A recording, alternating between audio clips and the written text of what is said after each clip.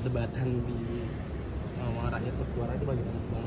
Saya sebenarnya kaget ya beberapa hari terakhir ini ketika saya diskusi dengan Bang Egy. Kita ini kan tidak boleh melupakan jasa orang ya. Saya secara jujur saya buka bahwa saya di Jakarta ini kalau bidang hukum cuma 2 guru saya. Untuk praktek beracara, magang dan lain sebagainya itu Bang Egy. Sedangkan untuk bicara secara hukum untuk konteks TV itu Bang Karni Ilyas. Kita nggak boleh. Sedangkan saya pertama kali berkantor di Jakarta itu Pak Jenderal Hartono, mantan Kasat, Ketua Umum PKPB, di mana saya pernah jadi anggota DPRD. Jadi kita ini mesti konsep tahu diri. Nah, ketika saya diskusi dengan Bang Egy, barulah saya temukan ada fakta-fakta ketidakjujuran mereka dalam membela klien, termasuk Bang Egy. Jadi Bang Egy itu Anda dengar dari pernyataan dari Khozinuddin tidak bisa jawab. Tidak bisa jawab dan Bang Egy ngikuti. Nah, maka ya per malam ini saya akan diskusi dengan Bang Egy, dia nunggu saya melaporkan secara konkret. Ya, sekarang begini, tempus dan deliknya beda. Bang Egy itu melaporkan ijazah SMA tahun 2022, sedangkan Roy Suryo 2025. Kenapa ditarik-tarik dia? Oh, dia ketua umum TPU? Iya. Maka mereka membuat domas, dia ikut ya, tapi dalam pikiran dia adalah ijazah SMA, bukan S1.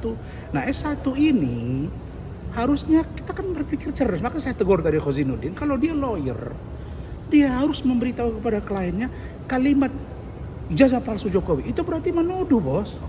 Presumption of innocence. Saya saja yang kalimat menduga kepada Hotman bisa jadi tersangka, terdakwa. Nah, menurut saya Khozinuddin itu tidak memberikan pikiran-pikiran yang konstruktif sesuai dengan aturan undang-undang. Sehingga orang itu justru menjadi babak belur. Nah, itu bisa terjerumus. Maka saya kata udah kalian cabut aja kuasanya. Nah, ternyata kalau udah begini keadaannya, bagus sekali Bang Egy tidak bersama mereka. Wow. Biar saya dan tim saya dan Hizbul anak beliau kita tangani. Tidak ada masalah, ini guru saya. Nah, perkara Bang Egy selama ini dia vokal kepada Pak Jokowi itu hak beliau. Dia pernah dipenjara. Ya, kami berbeda pernah, tapi kami bersama. Nah, begini. Kalau urusan ijazah SMA, Bang Egy anggap sudah close. Bang Otto bilang mereka sudah menang, silakan. Bang Egy bilang kami juga menang kok, udah terserah. Tapi di ijazah S1 yang ribut ini apa sih?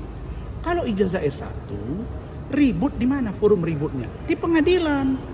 Ketika mereka dipanggil polisi, mereka harus siap. Ini loh, fakta yang kami anggap bahwa ini palsu, sajikan.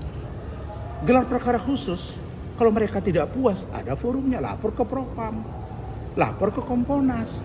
Nanti begitu berkas dilengkapi ke kejaksaan, mereka tidak puas, lapor ke Komisi Kejaksaan.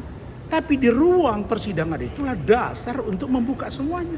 Dulu, kalian jangan lupa ya, poin yang paling penting dari persidangan saya dengan Hotman itu adalah satu, bahwa ada ketidakpuasan saya dan tim terhadap tindakan hakim.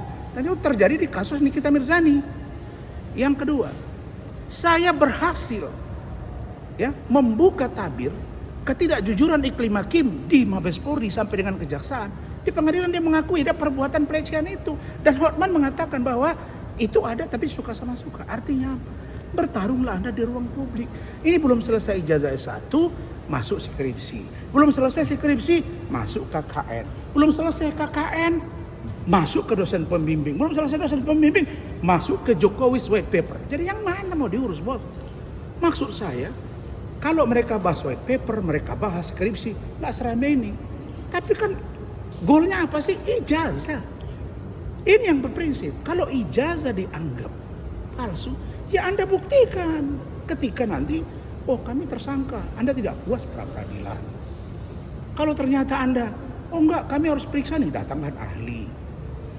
Kan begitu, kan punya kewenangan masing-masing. Nah, sekarang kalau mereka ingin ini dibawa kasus ini supaya terang, emang kalau mereka ngomong 1000 orang, 1.000.000 orang mengatakan bahwa ijazah Pak Jokowi palsu, terus kita harus percaya? Nggak bisa. Lembaga yang berwenang menyatakan itu sah, benar atau tidak adalah apa? Pengadilan. Kalau mereka menguji papernya, kertasnya, atau suratnya, atau dokumennya, itu pengadilan. Bisa perdata. Kalau mereka ada perbuatan pemalsuan yang mereka lihat Pak Jokowi, laporkan pidananya. Ya Pak Jokowi merasa dia dicemarkan, kemudian dia merasa ditebar berita bohong. ya kewenangan dia. Nah sekarang kita bertempur. Saya bilang, selama ini saya selalu tampil rakyat bersuara. Karena kesibukan persidangan dengan Hotman, maka saya menjadi penonton. Begitu saya menjadi penonton, saya merasa tidak sehat ini.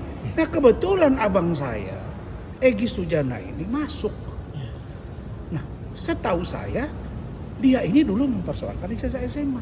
Lah benar begitu dia cerita ke saya, belum. Tuh, poin 3-nya. Abraham Samad akan dipanggil. Kok semua tokoh bicara?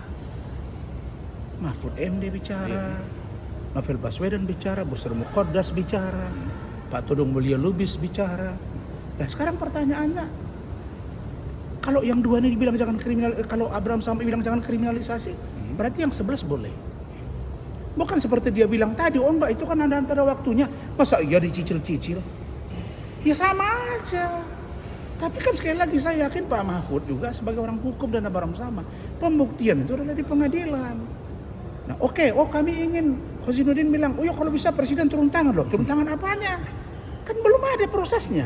Kalau nanti mau dihentikan di kejaksaan bisa ada di Ponering. Dulu Pak Abraham Samad dengan Bambang Wijoyanto di Ponering dikesampingkan, itu kewenangan. Ya, dari perintah presiden, kejaksaan di Ponering. Kalau nanti sudah di persidangan mereka dihukum, bisa abolisi, bisa amnesti, kan boleh. Tapi hadapi dulu lah proses hukum ini. Kok belum dihadapi sudah ngaco gitu loh maksud saya. Sehingga Bang Egy yang lagi sakit di luar negeri pun harus tersedia di persoalan ini. Makanya saya luruskan.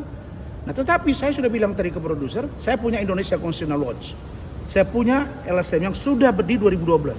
Saya akan mengkritisi dari semua perspektif demi kebaikan bangsa dan negara. Kepentingan saya cuma satu.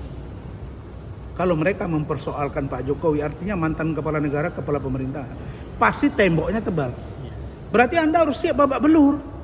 Tapi kalau Anda berani menerobos itu dan Anda berhasil, Anda jago.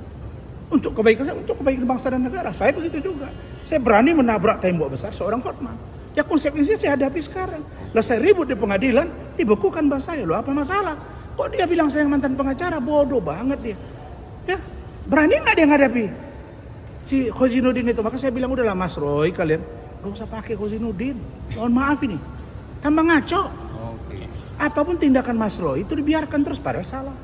Sikapnya, tindakannya, kata-katanya. Oke. Bang, ini kan berarti bisa ditegaskan kalau seandainya Pak Egy itu bukan kabur ke luar negeri, Bang? Tidak. Bang Egy itu berangkat ke Pineng operasi kanker usus dan ganas. Dia lagi bed rest di kota Leeds, 350 km dari London. Dia tinggal bersama anaknya nomor 5, Givari, bersama di sana ada istri Bang Egy. Tapi beliau kan bilang, aduh saya lama di luar negeri nggak enak, pengen ke Indonesia. Tapi kan masih berobat. Nah orang yang dalam keadaan sakit kan tidak ada alasan hukum untuk tidak dulu periksa dulu. Itu tadi, apalagi konteksnya berbeda. SMA ya SMA, S1 ya S1. Masa disama-samakan? Nah maksud saya Khosinuddin sebagai kuasa hukum, tadinya kenapa kok jadi Bang Egy dia lepas? Yang kedua, mereka harus fair, harus ngomong dong, kami Bang Egy beda. Kami yang ini Bang Egy, biar kita urusin Bang Egy-nya. Tapi kalau begini, oh ya udah nanti saya akan bicara dengan Bang Egy, kami akan bicara ke Mabes Polri dengan Polda. Saya akan sampaikan bahwa Bang Egy tolong ditarik dari persoalan ini. Karena Bang Egy nggak ikut di ranah yang ini. Kan yang ribut kan Rismon, Dr. Tifa, Roy. Yang mereka bahas apa? Kan ijazah S1 Pak Jokowi. Nah kenapa sekarang? Sekarang ini saya tanya. Mereka ribut. Oh Pak Jokowi Pak Jokowi hanya menunjukkan fotokopi. Ribut mereka.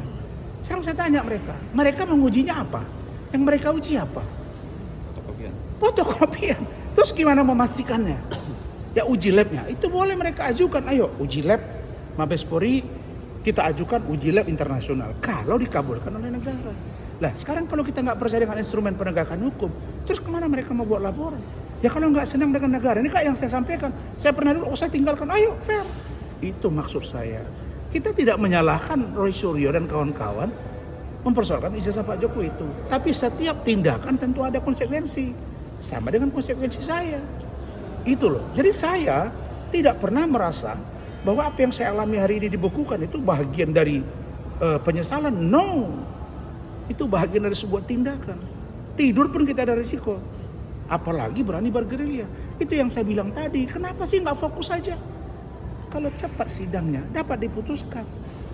Nanti bisa dilihat ijazahnya di mana? Di pengadilan. Kalau Anda mau datangkan ahli seperti sidang racun cyanida dulu Jessica, boleh datangkan ahli. Ajukan di pengadilan. Itu loh maksud saya. Bang Itu. ini kan